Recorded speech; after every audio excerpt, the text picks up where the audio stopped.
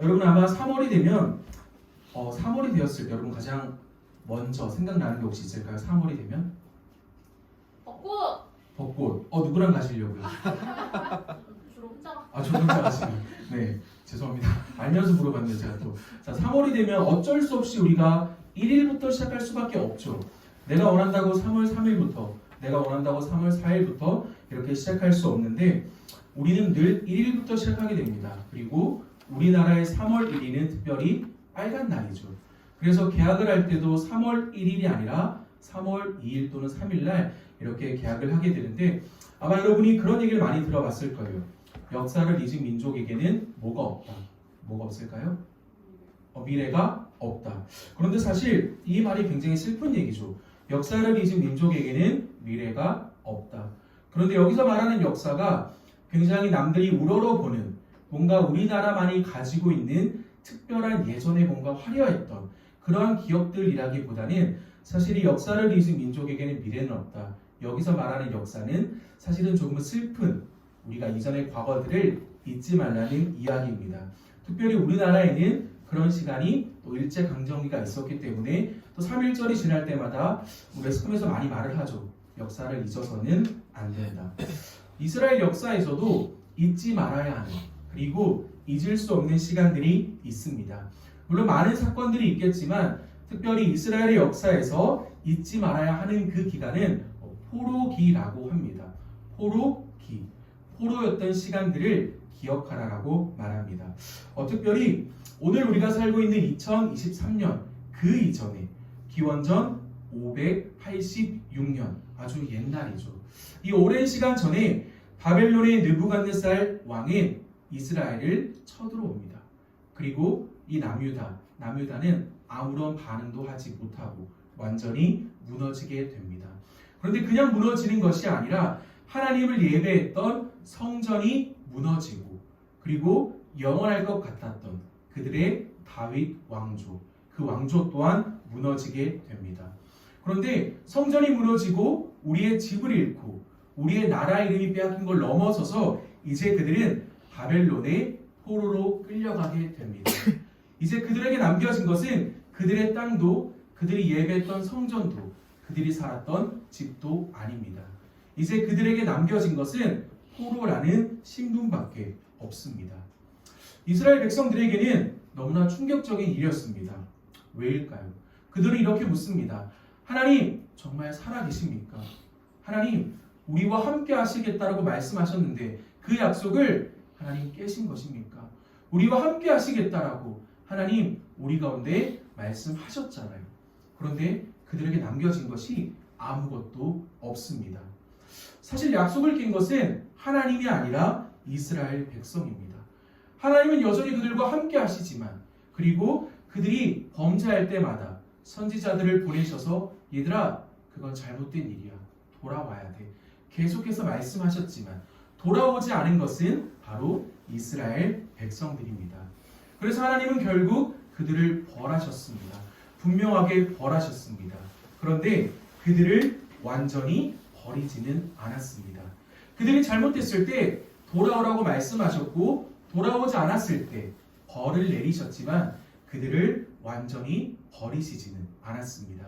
그리고 회복에 대한 말씀을 주셨는데 에스겔 37장 12절과 13절의 말씀인데요.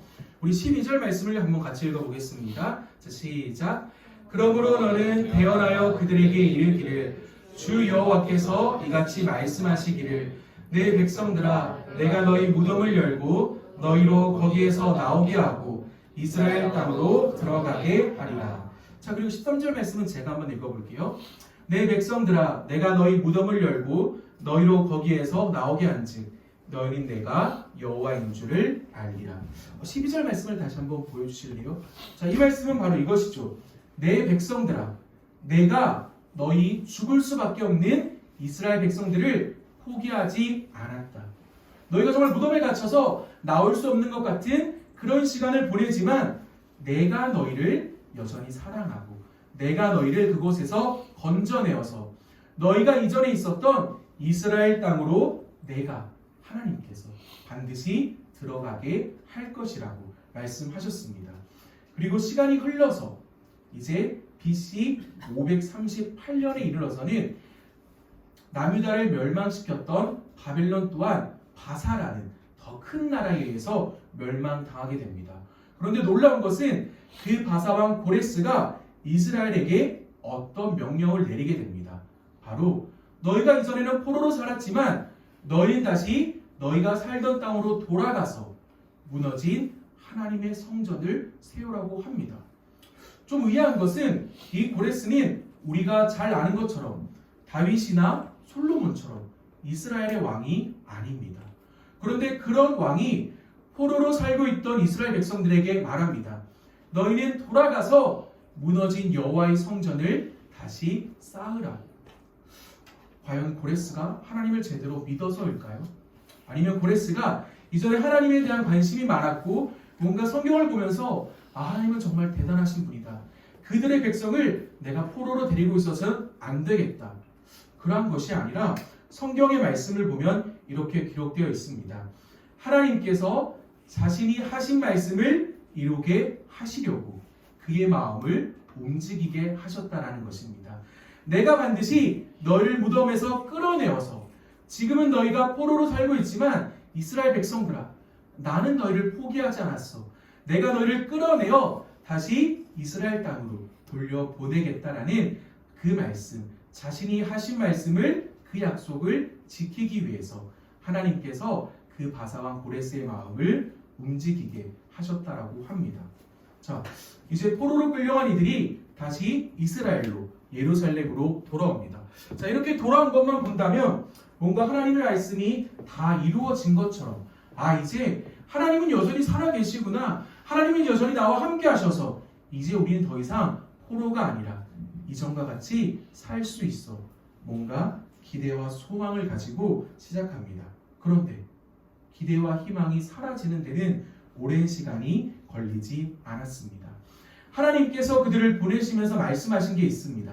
너희는 너희가 살고 있던 땅으로 다시 돌아가서 나를 예배했던 그 성전을 다시 세우라고 하셨습니다. 그런데 그 성전을 다시 세우려고 하니까 수많은 사람들이 그것을 방해합니다. 분명한 목표가 있었지만 사마리아인들이 내려와서 그 일을 방해합니다. 그런데 하루 이틀 뭔가 우리가 힘든 시간을 보내는 이 고등학교 3년처럼 3년이 아니라 무려 16년, 20년에 가까운 시간 동안 그들은 성전을 다시 세우지 못하게 됩니다. 그걸 하기 위해서 하나님께서 그들을 살려내셔서 그들이 살고 있던 땅으로 보내셨는데 16년 동안 그들은 하나님의 성전을 다시 세우지 못하게 됩니다. 그때 무너진 성전을 다시 세우도록 하나님의 말씀을 가지고 이스라엘 백성들 앞에 딱 서 있는 사람이 오늘 우리가 본 학개라는 선지자입니다. 자, 그렇다면 여러분께 한 가지를 물어보겠습니다. 성전이 무엇일까요? 혹시 서은이 성전이 무엇일까요? 성전이라고 하면 뭔가 떠오르는 이미지가 있을까요? 성전이면 교회. 아마 우리 모두가 성전이 뭘까요? 라고 한다면 교회, 하나님을 예배하는 곳 이렇게 말할 것 같습니다. 이 성전이라는 것은 하나님께서 자신의 백성들 가운데 거하시겠다. 너희와 함께 하시겠다라는 언약의 바로 약속의 표현입니다. 이스라엘 백성들의 삶의 중심은 그들의 삶이 아니라 성전이었습니다. 그래서 그들이 포로의 신분으로 있다가 다시 자신들이 살고 있던 땅으로 돌아왔을 때 가장 먼저 해야 하는 것은 바로 무너진 성전을 다시 세우는 것입니다. 그 이유는 그들의 중심이 바로 하나님이어야 하기 때문입니다. 그것은 먼저 하나님께서 그것을 원하셨고 포로된 자들을 다시 돌아오게 하신 이유가 무너진 성전을 하나님을 만나는 그곳을 다시 세우기 위함입니다. 그런데 우리가 여기서 잊지 말아야 하는 한 가지가 있습니다. 하나님께서는 회복을 약속하시기도 하시지만 한 가지가 더 있습니다. 명령하시기도 하십니다. 내가 너희를 포기하지 않을게. 내가 너희를 건져줄게. 내가 너희를 살려줄게. 이것은 하나님의 약속입니다. 반드시 성취될 하나님의 약속입니다. 그런데 그것이 하나님의 백성들은 그렇다면 아무것도 하지 않아도 된다는 것을 뜻하지는 않습니다. 물론 회복하는 것은 하나님의 뜻입니다. 그런데 회복된 백성에게는 분명한 책임이 있습니다. 바로 이스라엘 백성들에게 주어진 책임. 하나님께서 포로된 그들을 건져주셔서 그들이 살고 있던 땅으로 돌아갔을 때 그들이 해야 하는 책임은 하나님을 예배하고 하나님을 만났던 성전을 다시 세우는 것입니다. 그런데 그들은 분명 기대와 소망을 가지고 돌아왔지만 그들 앞에 주어진 상황은 너무나 어려웠습니다. 성전을 세우려고만 하면 수많은 사람들이 와서 그것을 방해합니다. 그래서 학개서 1장 2절의 말씀을 보면 이렇게 기록되어 있습니다. 자, 같이 한번 읽어보겠습니다. 시작. 만군의 여호와가 이같이 말하여 이르노라. 이 백성이 말하기를 여호와의 전을 건축할 시기가 되지 않으리라. 아멘. 사실 돌아온 백성들은 포로로 오랜 시간을 살고 있다가 이제 조금 자유의 몸이 되었으니까 하고 싶은 것이 사실은 너무나 많았을 것 같아요. 자신들이 살고 있던 집도 다시 세워야 하고 만나지 못했던 가족들, 친구들도 만나야 하겠죠. 그래서 그들은 이렇게 말합니다. 이 백성이 말하기를 여호와의 전을 건축할 시기가 아직 되지 않았다. 하나님, 우리도 잘 압니다. 하나님을 예배하는 성전이 지금은 무너져 있는 것 우리가 잘 압니다. 그런데 하나님, 지금은 그걸 다시 세울 때가 아닌 것 같습니다. 하나님의 백성들이 이렇게 말을 하는 것입니다. 그런데 생각해보면 이스라엘 백성들의 상황을 보면 사실은 이해가 안 되는 것도 아닙니다. 70년의 포로 생활을 끝내고 이제 겨우 돌아왔는데 16년이라는 시간 동안 성전을 다시 세우지 못했습니다. 90년 동안 성전은 무너져 있었습니다. 그래서 그들은 말합니다. 하나님, 아직은 때가 아닌 것 같아요. 하나님, 아직은 때가 아니니까 조금 더 환경이 좋아지면 우리가 무너진 성전을 세우겠습니다. 하나님, 지금은 때가 아니에요. 라고 이스라엘 백성들이 말하는 것입니다. 그런데 하나님의 생각은 그들과는 너무나 달랐습니다. 하나님은 그들에게 지금 너희가 보고 있는 상황을 바라보지 말라고 말씀합니다. 그래서 학개서 1장 5절과 7절 말씀을 보면 5절 말씀을 보면 만군의 여호와가 이같이 말하노니 너희는 너희의 행위를 살필지니라. 지금 너희의 상황을 바라보라고 하지 않습니다. 자, 7절 말씀을 한번 볼까요? 자, 같이 한번 읽어보겠습니다. 시작. 만군의 여호와가 말하노니 너희는 자기의 행위를 살필지니라. 아멘. 하나님께서 말씀하시죠. 내가 너희가 어려워하는 거 모르지 않아. 그래서 너희는 나한테 이렇게 말했지. 아직은 때가 아닙니다, 하나님. 이라고 말했지만 하나님은 이스라엘 백성들에게 분명하게 말합니다. 너희는 너희에게 주어진 상황을 볼 게 아니라 너희의 모습을, 너희의 행위를 보라고 말씀합니다. 그들에게 주어진 상황이 아니라 이스라엘 백성들 자신들의 모습을 바라보라고 하나님은 말씀합니다. 그리고 그 이전에는 이렇게 말씀합니다. 자, 4절의 말씀인데요. 자, 같이 한번 읽어보겠습니다. 시작. 이 성전이 완벽한 집에 거주한 것이 옳으냐. 자, 이 말씀은 너희의 행위를 살펴, 너희의 모습을 살펴 이전에 4절에 있는 말씀입니다. 여기서 말하는 완벽한 집은 이제 완성이 된 집을 말합니다. 여호와의 성전은 무너지고 아무것도 남아있지 않은데 이스라엘 백성들은 자신들의 집은 짓고 살고 있습니다. 하나님, 아직 하나님을 예배하는 그 성전을 지을 때가 아니에요. 우리 집도 짓고 있지 못합니다. 하나님, 우리가 가진 것이 없어서 하나님의 말씀이 뭔지는 알겠는데 아직은 때가 아닙니다. 이렇게 말하는 것이 아니라 하나님의 성전을 지을 때는 하나님, 아직 때가 아니에요. 하나님의 성전을 지을 때가 아니에요. 라고 말하지만 말씀을 보면 자신들의 집은 이미 짓고 살고 있습니다. 그래서 하나님은 그런 이스라엘 백성들에게 이렇게 말씀합니다. 학개서 1장 9절의 말씀인데요. 자, 같이 한번 읽어보겠습니다. 시작. 내 집은 황폐하였으되 너희는 각각 자기의 집을 짓기 위하여 발랐습니다.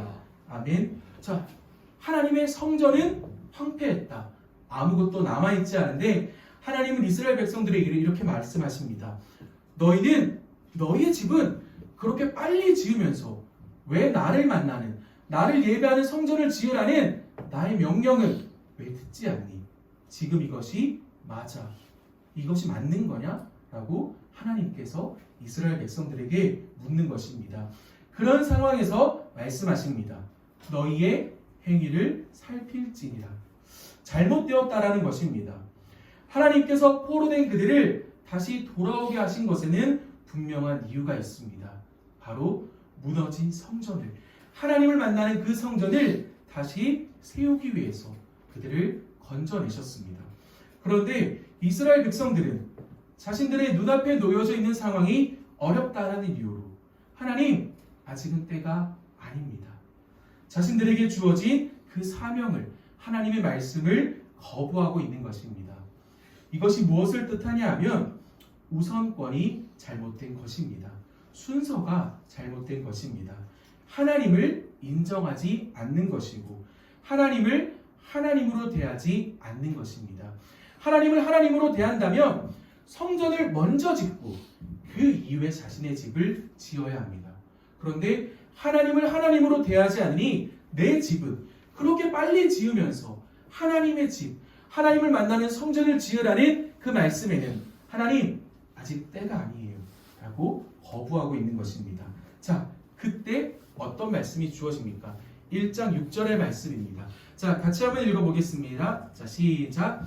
너희가 많이 뿌릴지라도 수확이 적으며 먹을지라도 배부르지 못하며 마실지라도 흡족하지 못하며 입어도 따뜻하지 못하며 일꾼이 삭슬 받아도 그것을 구멍 뚫어진 전대에 넣음이 되느니라. 아멘. 자, 많이 뿌렸는데 어떠한 것도 거둘 수가 없습니다. 많이 먹었는데 배가 부르지 않습니다. 목이 말라서 많이 마셨는데 계속해서 갈급함이 느껴집니다. 추워서 옷을 껴입었는데 계속해서 춥습니다. 심지어 열심히 일을 해서 받은 돈을 주머니에 넣었는데 주머니의 돈이 다 사라집니다. 이 구멍으로 주머니 다 빠져나갑니다. 하나님보다 내가 앞서고 하나님의 일보다 나의 일이 앞선다면 하나님은 그 어떤 것도 우리에게 주시지 않습니다. 우리가 그 어떤 노력을 하더라도 우리는 늘 가진 것이 없는 사람이 되는 것입니다. 하나님께서 이스라엘 백성들에게 요구하는 것은 너무나 분명합니다. 성전을 삶의 가장 앞자리에 두라는 것입니다. 하나님을 예배하는 것을 가장 1번으로 두라는 것입니다. 성전이 제대로 세워지지 않는다면, 하나님을 제대로 예배하지 않는다면 다른 일들도 제대로 할 수 없다라고 성경은 분명하게 말합니다. 사실 우리 모두는 잘 살기 위해서 노력합니다. 우리 중 누구도 잘 못 살기 위해서, 좀 직접적인 표현이 될 수 있겠지만 우리 중 누구도 가난하게 살기 위해서 열심히 사는 사람은 없습니다. 남들보다 덜 자고 남들보다 더 앉아서 공부하고 내가 가진 한계를 뛰어넘어 최선을 다해 살아갑니다. 바로 잘 살기 위해서. 고등학생이 되면 사실 더 치열한 하루하루를 살아갑니다. 여러분이 직접적으로 느끼겠지만 사실 중학교와 고등학교는 정말 다르죠. 오히려 대학을 가면 정말 여유가 있다라고 느껴질 정도로 여러분이 보내는 이 3년은 너무나 치열한 3년입니다. 그래서 사람들은 생각하고 말합니다. 지금은 바쁠 때니까, 지금은 너무나 인생에서 중요한 시기니까 예배도 빠질 수 있고 나중에 더 잘하면 된다라고 말합니다. 심지어 저조차도 어떠한 어머니나 아버님이 연락을 주셔서 지금은 너무나 중요한 때라서 교회보다 공부하는 게 좀 더 중요할 것 같습니다. 이런 얘기를 사실은 너무나 많이 듣습니다. 단 많은 교회를 거쳐왔지만 어떤 교회에서도 듣지 않은 적이 없습니다. 포로 생활에서 돌아온 이들에게 가장 중요한 것은 하나님을 모시는 것이었습니다. 그렇게 하려면 시간과 비용을 들여 성전을 건축해야 합니다. 무너진 성전 앞에 가서 성전이 다시 세워지기를 기도합니다. 이렇게 해서 세워지는 게 아닙니다. 무너진 그곳에 가서 이제 쓰지 않는 벽돌을 줍고 새로운 자재를 가져와서 성전을 쌓아야 합니다. 그런데 그들은 하나님을 모시는 일보다 자신의 생활을 안정시키는 것에, 자신의 집을 먼저 짓는 것에 집중했습니다. 그래서 이렇게 말씀하시죠. 너희는 너희의 행위를 살필지니라. 너희는 자기의 행위를 살필지니라. 사실 어쩌면 가혹한 말일 수 있습니다. 포로 생활에서 돌아온 이들, 그리고 무너진 성전을 세우는 것이 너무나 막막한 그 현실을 살아가는 이스라엘 백성에게, 그리고 공부와 학교, 직장이 사람을 평가하는 기준이 된 오늘을 살아가는 여러분들에게 이 말씀이 사실은 가혹하게 들릴 수 있습니다. 말씀이 이렇게 말하죠. 너희는 너희 상황을 볼 것이 아니라 너희의 모습을 바라봐라. 가혹하게 들릴 수 있고 어쩌면 굉장히 찔림이 있는 말씀입니다. 그런데 우리는 분명히 잊어서는 안 됩니다. 우리는 교회입니다. 학생이기 전에 교회입니다. 하나님은 여러분을 교회로 부르셨습니다. 자, 고린도전서 3장 16절 17절 말씀은 그러한 것을 잘 나타냅니다. 자, 16절과 17절 말씀을 같이 한번 읽어보겠습니다. 자, 시작. 너희는 너희가 하나님의 성전인 것과 하나님의 성령이 너희 안에 계시는 것을 알지 못하느냐. 누구든지 하나님의 성전을 더럽히면 하나님이 그 사람을 하나님의 성전은 거룩하니 너희도 그러하니라. 아멘. 성경은 우리를 하나님의 성전, 교회라고 말합니다. 그리고 하나님의 성전은 거룩하다라고 말합니다. 거룩이라는 것은 구별하고 분리하는 것입니다. 죄로부터 철저히 자신을 분리시키고 오직 하나님의 소유로서 자신을 구별하여 하나님께 드리는 것입니다. 단순히 깨끗한 것이 거룩이 아닙니다. 비싸고 화려한 것이 거룩이 아닙니다. 성경이 말하는 거룩은 분명한 우선순위가 있는 것입니다. 내가 가진 것이 조금 작더라도, 내가 가진 것이 친구가 가지고 있는 것보다 조금 값싼 것이라 할지라도 그것을 하나님께 먼저 드릴 수 있는 것이 거룩이라는 것입니다.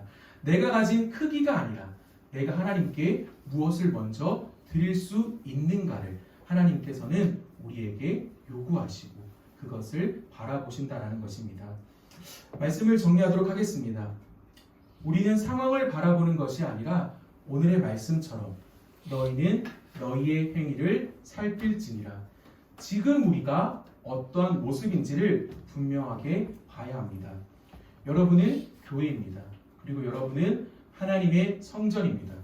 여러분의 주인이 바로 하나님이시기 때문입니다. 우리보다 우리를 더 사랑하셔서 택함받은 하나님의 백성입니다. 그래서 1장 13절의 말씀은 이렇게 말합니다. 자, 같이 한번 읽어보겠습니다. 시작. 여호와가 말하노니 내가 너희와 함께하노라. 아멘. 다시 한번 읽어볼까요? 자, 시작. 여호와가 말하노니 내가 너희와 함께하노라. 아멘. 우리만 함께하는 것이 아니라 하나님이 우리와 함께 하신다라고 합니다. 그 교회 가운데 너희와 함께 하신다라고 말씀합니다. 우리가 잘 아는 솔로몬은 가장 좋은 재료로 성전을 지었습니다. 가장 좋은 재료. 남들은 평생 한 번도 바라보지 못하는 그 비싼 재료로 하나님을 예배하는 성전을 지었습니다. 그리고 이제 무너진 성전을 다시 지어야 하는 이스라엘 백성들에게 하나님은 이렇게 말씀합니다. 오늘 우리가 함께 볼 마지막 말씀입니다. 자, 같이 한번 읽어보겠습니다. 시작. 너희는 산에 올라가서 나무를 가져다가 성전을 건축하라. 내가 그것으로 말미암아 기뻐하고 또 영광을 얻으리라. 여호와가 말하였느니라. 아멘. 솔로몬은 가장 좋은 재료로, 정말 가장 좋은 재료로 성전을 지었습니다. 그리고 이제 그 성전은 무너졌습니다. 하나님께서는 이스라엘 백성들에게 말합니다. 아, 내가 솔로몬이 지었던 그 성전이 너무나 마음에 들었다. 우리가 평생 한 번도 바라보지 못할 만한 그 좋은 재료로 지었던 그 성전이 내 마음에 너무나 들었다. 너희가 힘들겠지만 흩어져서 가장 좋은 재료를 가지고 나를 예배하는 성전을 지어라 라고 말씀하시지 않습니다. 하나님은 어떻게 말씀하시죠? 너희는 산에 올라가서 나무를 가져다가 성전을 건축하라. 특별한 무언가가 아니라 너희가 있는 곳에서 성전을 건축하고 그곳에서 예배하라고 말씀합니다. 만약 하나님이 여기서 야, 너희 평생 구경 못할 만한 귀한 재료로 나를 예배하는 성전을 지어 라고 한다면 너무나 우리의 마음이 무겁겠죠. 그리고 어쩌면 평생에도 못할 수도 있습니다. 그런데 이렇게 말씀하십니다. 지금 너희가 있는 그곳에 산이 있지 거기에 올라가서 나무를 베어서 성전을 지으면 돼 라고 말씀합니다. 하나님은 우리의 상황을 모르지 않습니다. 우리보다 우리의 상황을 더 잘 아시는 분이 하나님이십니다. 하나님은 여러분에게 무리한 것을 요구하는 분이 아닙니다. 대신 해야 할 당연한 것은 분명하게 요구하십니다. 그것이 바로 예배이고 교회로서 살아가는 우리의 삶의 모습입니다. 이 시간 함께 찬양하며 나아가기를 원합니다. 여러분들 주변을 둘러보시면 아시겠지만 제가 좀 걱정은 했지만 우리 모두가 지금 교복을 입었죠. 제가 보니까 거의 다 입은 것 같은데 오늘 교복데이로 이렇게 정하고 우리가 3월 첫 주의 예배를 이렇게 교복을 입고 이렇게 나와서 예배를 드립니다. 사실 우리가 교복을 입는다고 해서 하나님이 우리의 예배를 더 기뻐하시고 교복을 입지 않는다고 해서 하나님이 우리의 예배를 덜 기뻐하시고 그런 것이 아니라 오늘 여러분에게 조금 수고롭고 번거로울 수 있지만 이렇게 교복을 입고 나오라고 이렇게 얘기한 것은 우리는 어느 곳에 가서도 교회인 것을 잊지 말고 한 학기를 시작하자는 의미에서 이렇게 함께 옷을 입고 나왔습니다. 그래서 이제 함께 찬양할 때 이러한 마음으로 고백했으면 좋겠습니다. 하나님, 나의 삶을 하나님 책임져 주시고 나의 삶이 내가 걸어가는 그 걸음을 하나님께서 받아주셔서 내가 걸어가는 그 모든 순간순간마다 하나님을 예배하는 교회가 내 삶이 되기를 원합니다. 라는 고백으로 함께 찬양하며 나아가도록 하겠습니다.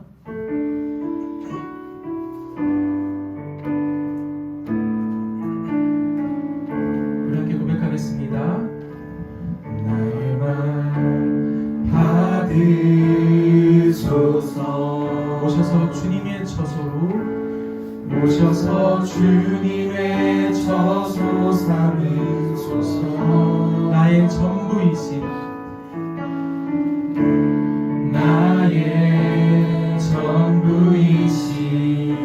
주여 내 맘을 받아주소서. 우리 한 번 더 고백하겠습니다. 주님 나의 마음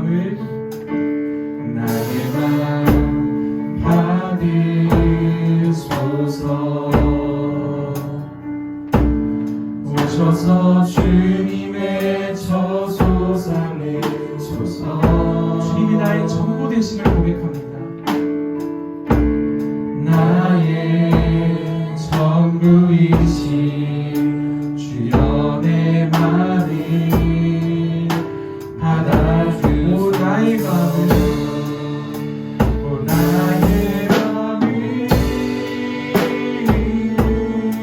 세상이 아니라 주님께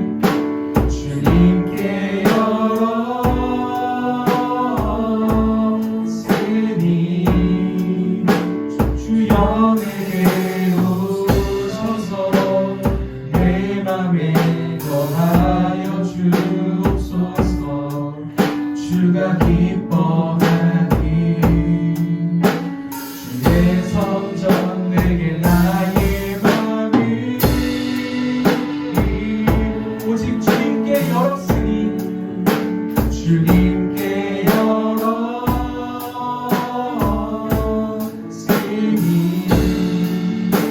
주여 내게로 오셔서 내 맘에 거하여 주옵소서.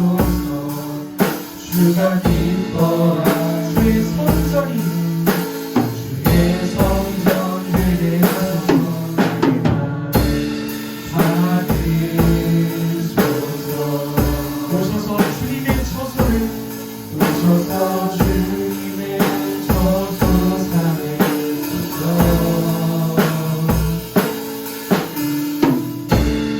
나의 전부이신 주여 내 맘을 받아주소서. 우리 목소리로 고백해보겠습니다. 나의 맘 받으소서. 나의 맘 받으소서.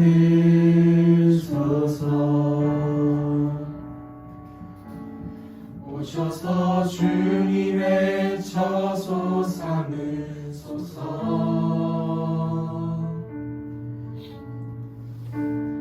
나의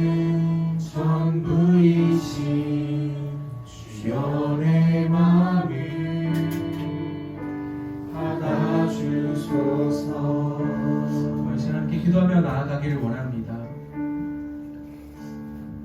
하나님께서는 우리에게 요구하십니다. 비싸고 무리한 요구를 하시는 것이 아니라 당연한 요구를 하십니다. 성전을 다시 세워라. 너희는 교회로서 제대로 살아가라라고 하나님은 우리에게 말씀합니다. 우리의 삶을 한번 되돌아봅니다. 우리의 삶이 이스라엘 백성들처럼 하나님 지금은 때가 아닙니다. 하나님 지금은 때가 아니니 조금만 기다려주세요 하고 말했던 그들의 모습이 아닌지, 하나님의 성전을 바로 세워야 하는, 하나님의 교회로서 바로 세워야 하는 그때에 그것을 세우는 것이 아니라 나의 집을 세웠던 이스라엘 백성들의 모습이 우리의 모습이 아닌지 되돌아봅니다. 그런 우리에게 하나님은 말씀합니다. 너희의 상황을 핑계 삼지 않고 너희의 상황을 바라보는 것이 아니라 너희의 모습을 바라보라고. 지금 너희가 제대로 살고 있냐, 너희의 모습을 바라보라고 말씀합니다. 이 말씀이 우리에게 도전이 되고 위로가 되는 말씀이 되길 원합니다. 나의 삶을 되돌아보며 하나님께서 원하는 모습으로 내가 살고 있지 못합니다.